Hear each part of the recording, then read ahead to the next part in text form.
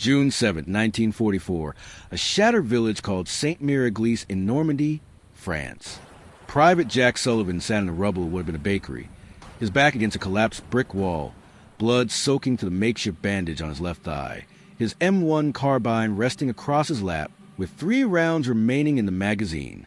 50 yards away, German voices called out in confident tones, organizing a sweep through the ruins to clear out the last scattered paratroopers who had dropped during the chaos of D-Day and were now isolated, wounded, or dead.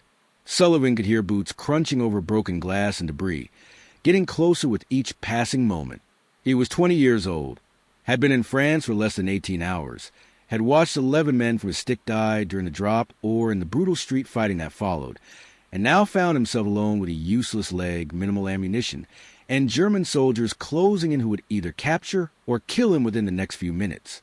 So he did something that made no tactical sense, something that would be remembered by the survivors of his regiment for the rest of their lives as either the act of a madman or a genius. He put 2 fingers to his lips and whistled, a clear, sharp sound that cut the morning air like a blade. And then he killed 23 German soldiers in 40 seconds using a weapon he wasn't supposed to have in tactics that weren't in any manual. The night before, Sullivan had been sitting in AC, 47 transport aircraft over the English Channel, part of the 82nd Airborne Division's drop into Normandy ahead of the beach landings. The mission was to seize key bridges and road junctions, disrupt German communications, and create chaos in the enemy rear areas to prevent reinforcements from reaching the beaches where thousands of Allied soldiers would be landing at dawn. Sullivan's company was tasked with securing a crossroads northeast of Sainte-Mère-Église, holding it against counterattacks until relieved by forces advancing from Utah Beach. The plan was detailed, rehearsed, and almost immediately obsolete the moment the aircraft crossed the French coast and encountered heavy anti-aircraft fire.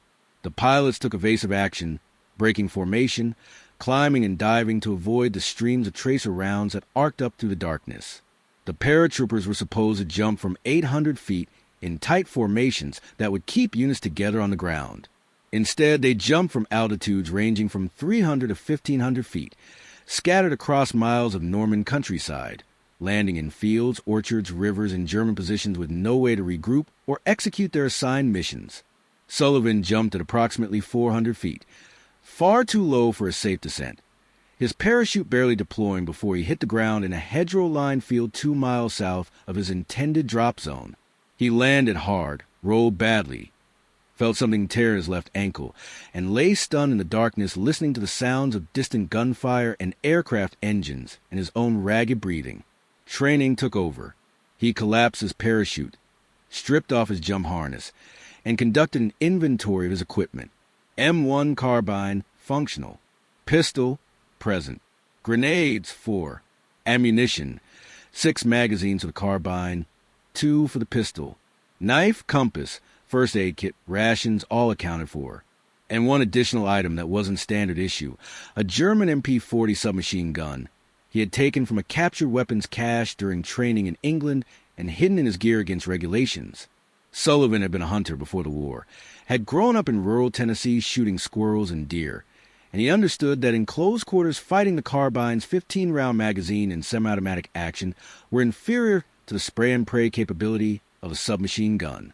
The MP40 held 32 rounds of 9mm ammunition and could empty the magazine in under 3 seconds. Sullivan had liberated 6 magazines from the same cache, loaded them carefully, and carried them taped together in pairs for quick reloading. That unauthorized weapon, and the instinct to acquire it despite the risk of disciplinary action, would be the difference between life and death in the bakery ruins. But that was later. First came the long, confused night of trying to link up with other paratroopers, moving through hedgerows and fields while German patrols searched for scattered invaders, using the cricket clickers issued to American airborne troops to identify friend from foe in the darkness. Sullivan found 3 other men from his division, none from his company, and together they moved generally north toward what they hoped was Sainte-Mère-Église, following the sound of heavy fighting that suggested a substantial American force had seized the town. They moved slowly, cautiously, stopping frequently to listen and observe, avoiding contact with German patrols that seemed to be everywhere. Twice they heard English voices and clicked their crickets only to receive German fire in response, enemy soldiers who had figured out the recognition system and were using it to ambush paratroopers. By dawn, Sullivan's group had grown to 8 men, and they had reached the outskirts of Sainte-Mère-Église, a small market town that had become a critical objective because the main road from Cherbourg to Corentin ran through its center. American paratroopers had seized the town center during the night, but German forces were counterattacking from multiple directions, trying to retake the town before Allied forces from the beaches could link up and reinforce the airborne troops. Sullivan and his group entered the town from the south just as a German armored car and 2 truckloads of infantry were pushing in from the east. The resulting firefight was brief, chaotic, and devastating. The Germans had mobility and concentrated firepower. The Americans had surprise and better positioning in the rubble of buildings damaged by earlier fighting. Sullivan took cover in the bakery, firing carefully aimed shots at German soldiers dismounting from trucks, watching them fall, reloading, firing again. Beside him, a sergeant from the 101st Airborne fired a bazooka at the armored car, missed, reloaded, fired again, and hit the vehicle in the engine compartment. The car stopped, smoke pouring from its front end, crew bailing out and running for cover. But German fire was intensifying, machine guns sweeping the American positions, rifle fire coming from multiple angles as more German troops arrived. The sergeant took a round through the chest and died without making a sound. Another paratrooper was hit in the head and collapsed instantly.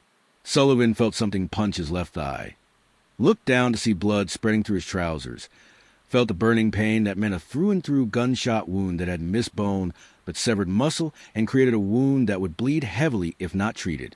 The remaining paratroopers pulled back deeper into the town, moving from building to building, but Sullivan's wounded leg wouldn't support his weight properly.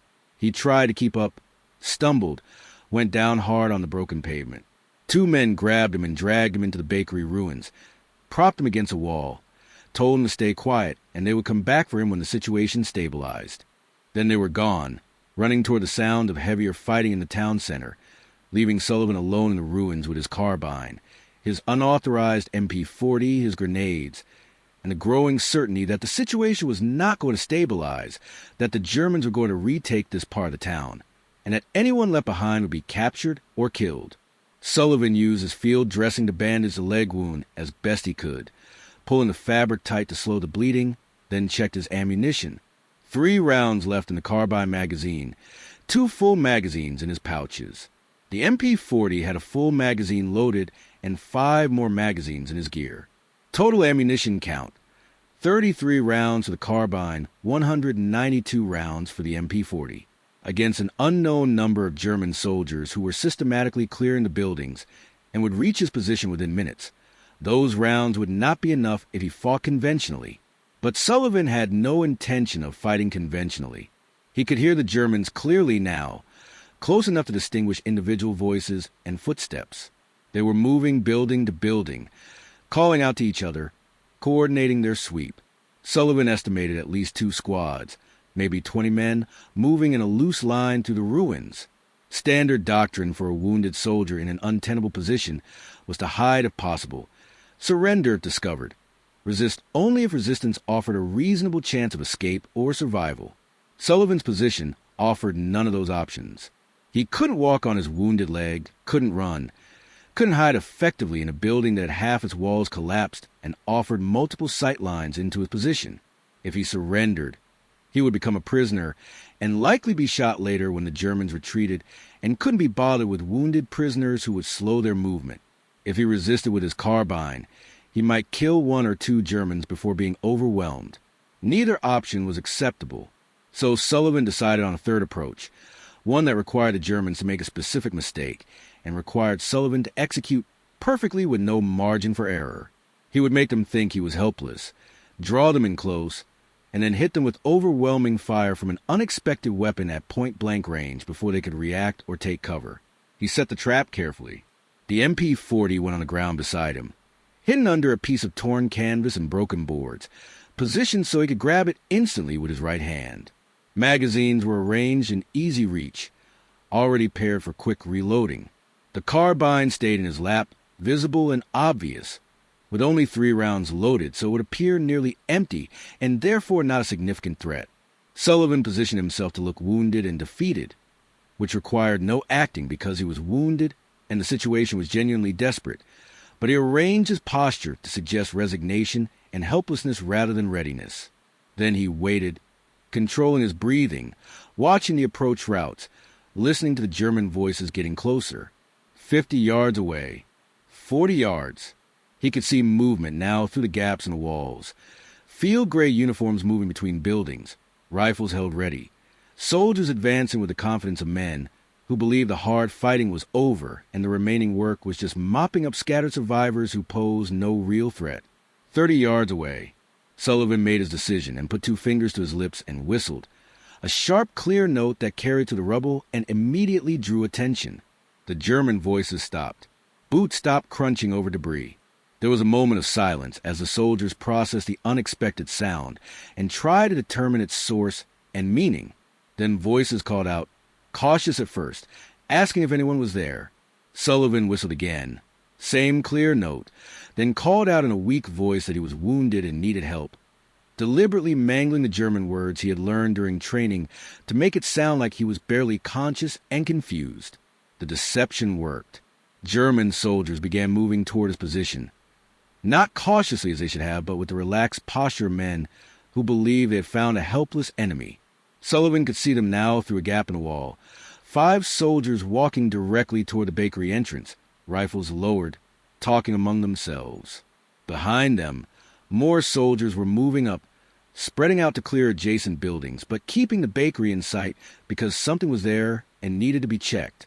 The first 5 Germans entered the bakery ruins through the front entrance, stepping over fallen beams and shattered brick. Their attention focused on Sullivan sitting against the far wall with his carbine in his lap and blood on his leg, and the expression of a man who had already given up. One soldier, an older man with sergeant's insignia, called out to Sullivan in German, asking if he could walk. Sullivan shook his head, said in broken German that his leg was bad and he needed doctor. The sergeant said something to his men. 2 of them slung their rifles and started walking towards Sullivan, presumably to search him and assess his condition. They were 10 feet away. 8 feet. The other 3 soldiers were standing near the entrance, relaxed, one of them lighting a cigarette. More German soldiers were visible outside, converging on the bakery because their comrades had found something and the word was spreading. Sullivan counted quickly. 5 inside, at least 15 more outside or approaching. 20-plus targets total. 40 seconds was optimistic. But if he moved fast enough, hit hard enough, created enough shock and confusion, he might drop most of them before they could react effectively. Or he would die in the attempt. But he was going to die anyway, so the cost-benefit calculation was simple. Sullivan's right hand dropped the canvas beside him, closed around the MP40's grip, lifted the weapon in one smooth motion, and brought it to bear on the 2 Germans walking toward him. His finger found the trigger and squeezed. The MP40 roared to life, a harsh chattering sound that filled enclosed space with noise and cordite smoke. The 2 approaching Germans went down instantly, hit multiple times in the chest and abdomen from less than 8 feet away. Sullivan pivoted left, holding the trigger down, walking the line of fire across the 3 Germans near the entrance. 32 rounds emptied from the magazine in less than 3 seconds. All 5 Germans inside the bakery were down, dead or dying, before any of them could unsling a rifle or draw a pistol or even fully process what was happening.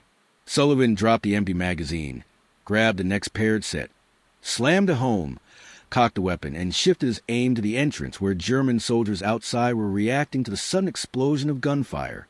The psychological impact of the ambush was immediate and devastating. The Germans outside had believed they were conducting a routine clearing operation against defeated enemies. Suddenly, intense automatic weapons fire erupted from a building that was supposed to contain only a wounded, helpless soldier, killing 5 men in seconds. Confusion and panic spread to the German formation. Some soldiers hit the ground, seeking cover. Others fired blindly at the bakery, not knowing exactly where the threat was, but shooting at the general area where the sound originated. A few started to withdraw, falling back to better positions. That confusion, that moment of disorganization when nobody was effectively in command and soldiers were reacting individually rather than as a coordinated unit, was exactly what Sullivan needed. He braced the MP40 against the wall to stabilize his aim despite his wounded leg, and began engaging targets systematically. A German soldier appeared in the entrance, rifle raised, looking for a target. Sullivan put a 3-round burst into his center mass, and the man collapsed. 2 more Germans tried to enter together, one high and one low, in a standard room-clearing technique. Sullivan caught the high man with a burst that spun him around and dropped him, then shifted to the low man and fired again. Both went down. The MP40's magazine was half empty. Sullivan paused, let the barrel cool slightly while he assessed the situation. Bodies were piling up in the entrance, creating an obstacle that would slow any further attempts to enter. The remaining Germans outside had gone to ground and were pouring fire at the bakery. Rifle rounds and machine gun rounds impacting the walls and sending fragments of brick and plaster flying through the interior. But the building's collapsed state actually worked in Sullivan's favor. The Germans couldn't see him clearly through all the debris and irregular sight lines. Couldn't get a clean shot unless they exposed themselves to enter the building. And Sullivan had no intention of allowing them that opportunity. He shifted position, crawling 3 feet to his left where a collapsed section of wall created a different angle on the street outside. The movement sent agony through his wounded leg, but he ignored it, focused entirely on the tactical situation. Through a gap in the rubble, he could see German soldiers sheltering behind a destroyed truck. At least 6 men clustered there, one of them appearing to be an officer directing troops and calling for support on a radio. Sullivan braced the MP40, aimed carefully despite the awkward angle, and opened fire. The range was maybe 20 yards, long for a submachine gun, but achievable with careful aim. He emptied the rest of the magazine at the clustered Germans, saw at least 2 go down, saw the others scatter, dropped the magazine, reloaded, acquired new targets. A German soldier running between buildings, trying to flank the bakery. Sullivan led him slightly, fired a burst, watched him stumble and fall. Another soldier, this one trying to set up a light machine gun on a bipod.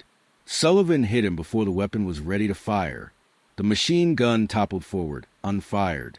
The Germans were falling back now, pulling away from the immediate area around the bakery, taking their wounded with them where possible and leaving their dead where they fell. Sullivan had killed or wounded at least 15 men, maybe more, in perhaps 30 seconds of sustained engagement. His unauthorized MP40 and his willingness to use deception and ambush tactics had turned a hopeless situation into a massacre. But Sullivan knew the reprieve was temporary. The Germans would regroup, bring up heavier weapons, probably mortars or a tank if one was available, and reduce the building to rubble with him in it. He had maybe 5 minutes before that happened. 5 minutes to figure out how to survive what came next. He checked his ammunition.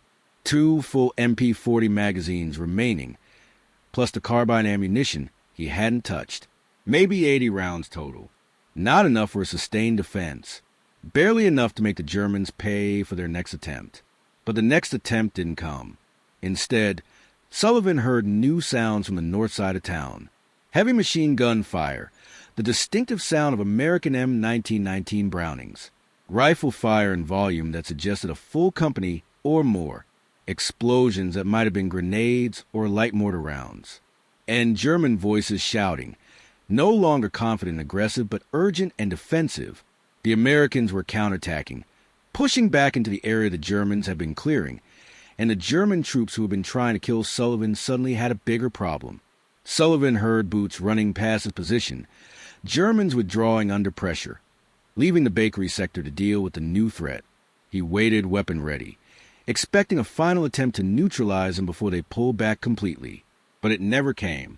The Germans had decided that one wounded American in a ruined building was not worth the casualties required to eliminate him, not when a much larger American force was threatening their entire position.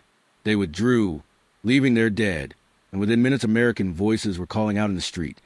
Paratroopers advancing cautiously through the ruins, checking buildings, securing the area. Sullivan called out, identified himself, said he was wounded and needed help. 3 paratroopers entered the bakery carefully, weapons ready, and found Sullivan sitting in his original position with bodies scattered around him and the MP40 still in his hands.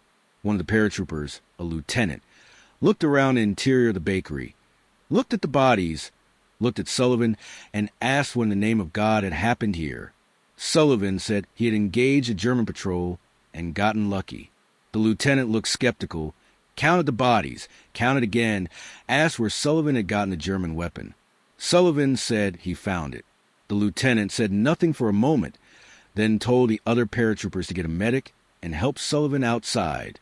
As they were lifting him, the lieutenant picked up one of the spent MP40 magazines, examined it, looked at Sullivan again, and said that Sullivan's definition of luck was clearly different from most people's. Sullivan said nothing. He was too tired, too drained of adrenaline, too aware that he had just killed more than 20 men in less than a minute, and that the emotional and psychological cost of that would come later, when the immediate survival pressure was gone. The medic who treated Sullivan's leg wound asked how long he had been sitting in the bakery with a through-and-through gunshot wound before engaging the Germans. Sullivan estimated maybe 15 minutes. The medic said most men would have passed out from blood loss and shock within that time frame. Asked what Sullivan had been thinking about while he waited. Sullivan said he had been thinking about how to survive the next 5 minutes, not about the wound or the pain or the likelihood of death. The medic said that was probably why Sullivan was still alive, that the men who survived combat were usually the ones who could focus on the immediate tactical problem instead of the fear and the pain. Sullivan asked if that was based on medical evidence or personal observation. The medic said it was based on having treated hundreds of wounded men and noticing that the ones who stayed calm and mission-focused tended to survive wounds that killed men who panicked. Sullivan said that was interesting, but not particularly comforting. The medic agreed and went back to bandaging the wound. Sullivan was evacuated to a field hospital, then to England for recovery and rehabilitation. The leg wound healed but left him with a permanent limp that ended his combat service. He spent the rest of the war in training and administrative roles, never returning to France, never seeing combat again. He received a Silver Star for his actions at Sainte-Mère-Église, the citation describing his defense of a key position against overwhelming enemy forces and crediting him with killing or wounding 23 German soldiers. The citation did not mention that he had been wounded and unable to withdraw, that he had used an unauthorized weapon, or that his tactics involved deception that skirted the edges of acceptable conduct under the laws of war. Military citations rarely include those kinds of complications. They present sanitized narratives of heroism and sacrifice that fit institutional needs for morale and propaganda. The messy reality of combat, the moral ambiguity, the fear and desperation and sheer luck that often determine outcomes, those elements are edited out in favor of cleaner stories about courage and duty. Sullivan never spoke publicly about his actions at Sainte-Mère-Église. When asked by reporters or historians in later years, he would confirm the basic facts and then deflect further questions. He did not consider himself a hero. He had been trapped, wounded, facing certain death or capture, and he had used the tools and tactics available to create a chance of survival. The fact that those tactics resulted in 23 enemy casualties was a consequence of the situation, not a goal he had sought. He had killed those men because killing them created the confusion and psychological shock necessary to prevent them from killing him. It was arithmetic, not heroism. The distinction mattered to Sullivan, even if it didn't matter to the people who wanted to celebrate his actions as an example of American fighting spirit and determination. He understood that societies need heroes, need stories of individual valor that justify the cost of war and provide meaning to the sacrifices made. But he also understood that the reality of combat was usually less noble and more desperate than the story suggested. The German unit that attacked the bakery and suffered the devastating casualties was identified through post-battle analysis as elements of the 91st Luftland Division, an air landing division that was in the process of moving toward the invasion beaches when they encountered American paratroopers in Sainte-Mère-Église.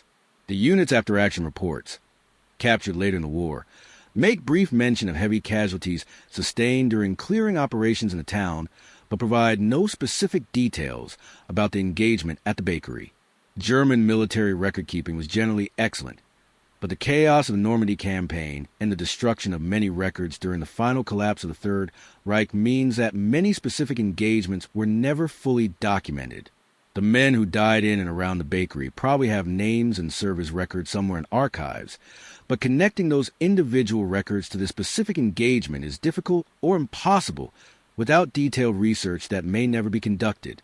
They remain anonymous casualties of a massive campaign that killed hundreds of thousands of soldiers on all sides. The tactical lessons of Sullivan's defense were documented in airborne training materials produced after the war.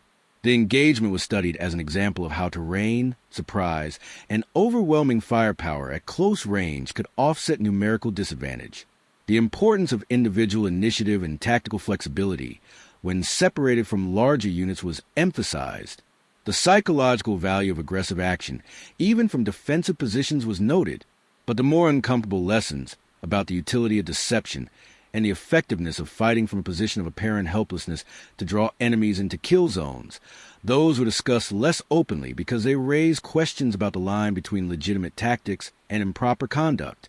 The laws of war prohibit false surrender, feigning civilian status, and other forms of perfidy designed to exploit enemy adherence to legal and moral constraints.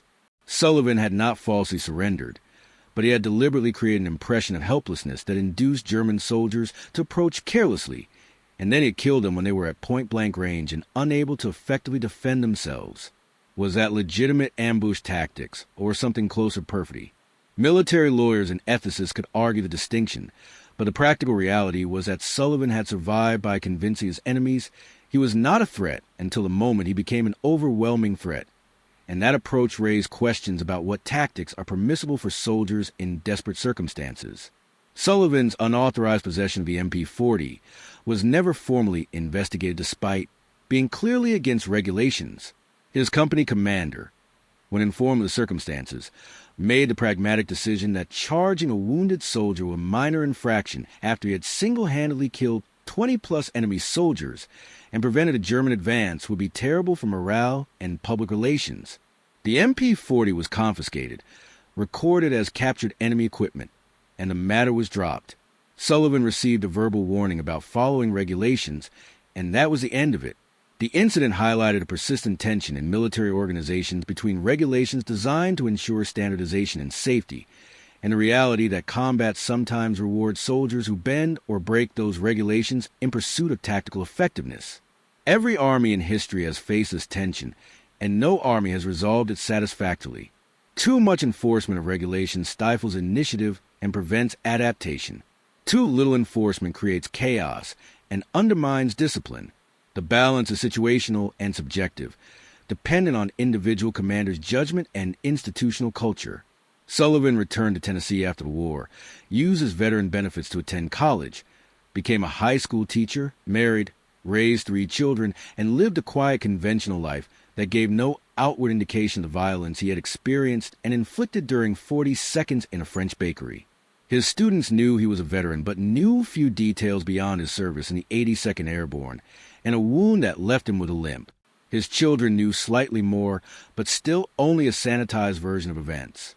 Sullivan's wife, the only person to whom he spoke in any detail about his combat experiences, said in an interview decades later that Sullivan viewed the entire war period as something he had survived rather than something he had won or accomplished. He did not regret his actions at Sainte-Mère-Église because those actions had kept him alive and had probably saved other American paratroopers by disrupting the German sweep. But he also did not celebrate them or view them as evidence of his courage or virtue. They were simply what he had done in circumstances that left him no better options, and he carried the weight of having killed 23 men in less than a minute for the rest of his life. Not as guilt exactly, but as a sober recognition of his capacity for violence when survival demanded it. The broader strategic context of Sullivan's engagement was the successful Allied invasion of Normandy, which established a foothold in Western Europe and led eventually to the defeat of Nazi Germany. The actions of individual paratroopers like Sullivan, scattered across the Norman countryside, disrupted German communications and reinforcement efforts during the critical first hours of the invasion when Allied forces were most vulnerable on the beaches. Historical analysis credits the airborne drops with creating confusion and delay that prevented German armored reserves from counterattacking the beaches in strength before the Allies could consolidate their positions. Sullivan's defense of the bakery, while small in scale, was part of that larger pattern of disruption. The German patrol he destroyed was delayed and forced to withdraw, which meant they were not available to reinforce other positions. which contributed in some small way to the overall success of Allied operations in the sector. Whether that contribution justified the deaths of 23 men is a question that depends on moral frameworks and assumptions about the justification for war itself.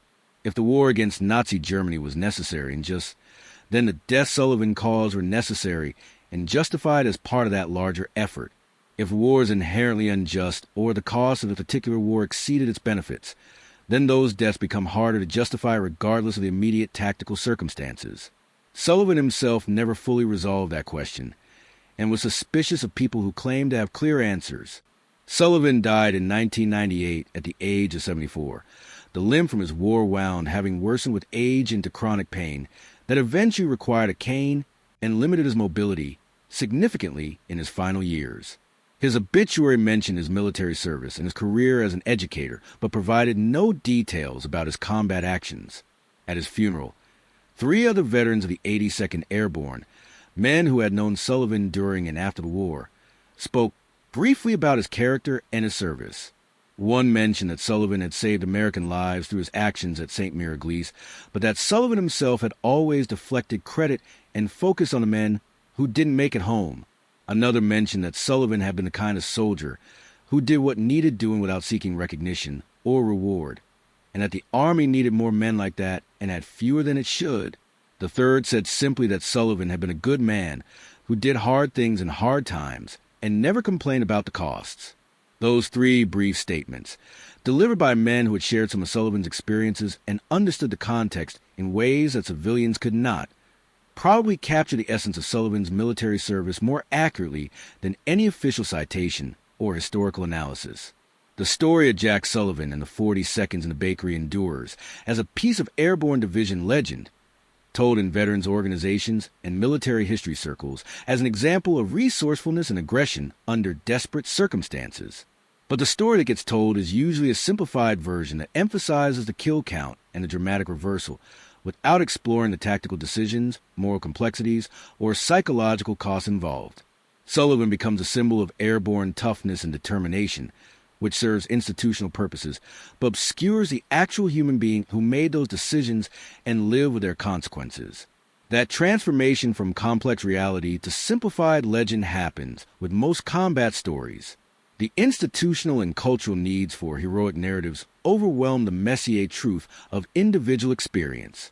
The result is that we honor veterans for things we don't fully understand, and for reasons that may not align with their own understanding of their actions. That disconnect doesn't necessarily diminish the honor or the gratitude, but it does mean that the conversation between veterans and civilians often happens at cross purposes, each side talking about the same events, but meaning different things and drawing different lessons. The whistle that Sullivan used to draw the German soldiers into his trap became a small but memorable detail in retellings of the story, often emphasized as an example of his coolness under pressure. But Sullivan later explained that the whistle was simply practical. He needed to draw attention quickly and clearly from soldiers who were spread across a wide area, and sound carried better than shouted words and was less likely to be misinterpreted. The whistle was not bravado or psychological warfare, though it had those effects. It was just the most efficient way to signal his position to enemies. He needed to gather into a target-rich environment where his submachine gun would be most effective. That kind of practical calculation, unglamorous and tactical rather than heroic, characterized most of Sullivan's decision-making during the engagement. He was not thinking about courage or duty or sacrifice. He was thinking about angles of fire and ammunition conservation and the timing required to exploit enemy mistakes. The fact that those practical calculations resulted in a lopsided casualty ratio and a story that would be retold for decades was almost incidental to Sullivan's actual thought process in the moment. If you want more stories of the forgotten soldiers who changed history, subscribe now